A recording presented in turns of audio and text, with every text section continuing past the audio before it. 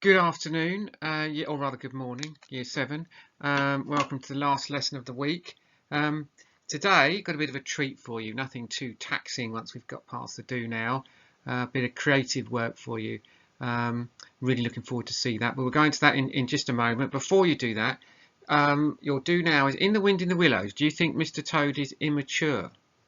Is he, mature but a bit of an idiot, or is he just like a child, really? I mean, he's got lots of money and he's very kind to his friends, but he's also quite selfish, isn't he? Could they be considered immature traits? He doesn't seem to have grown up in some respects.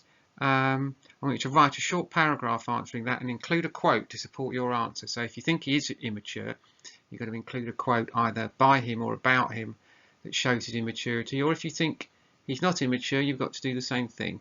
I'll give you 10 minutes to do that and then go on to the next slide. Now what we're going to be doing today is to create posters for a demonstration against the destruction of our village. It hasn't actually been decided that it's going to happen yet. We're still waiting on the results to various committees and so on. But in the meantime, we felt it was an idea to raise the profile of the village and our feelings about the demonstration. And to do that, about the destruction of it rather. And to do that, we're going to create some posters for our demonstration. So you don't need to put this title into your books, but that's what we're doing. We're creating posters to save our village. And now it's really up to you. You can let your imaginations run free on this. It's a nice relaxed thing to do for a Friday. I've given you some examples of protest posters there.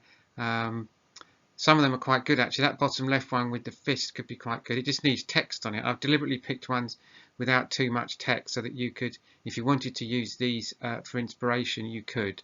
So there we are. Have a look at those, or do something like it. You've got to make it as eye-catching as you can.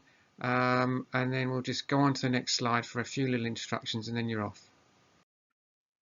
You need eye-catching designs and colour. You can look at the previous slide there for inspiration if you want. What you really need, though, is a good slogan.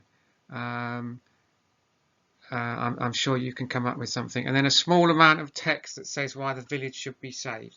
So as ever, really looking forward to seeing these Year 7. Lots of good work coming in. I do understand if it's not possible for you to send it, so don't worry if you can't. But if you can, then do, and I will reward you. So enjoy that, and I will speak to you on Monday.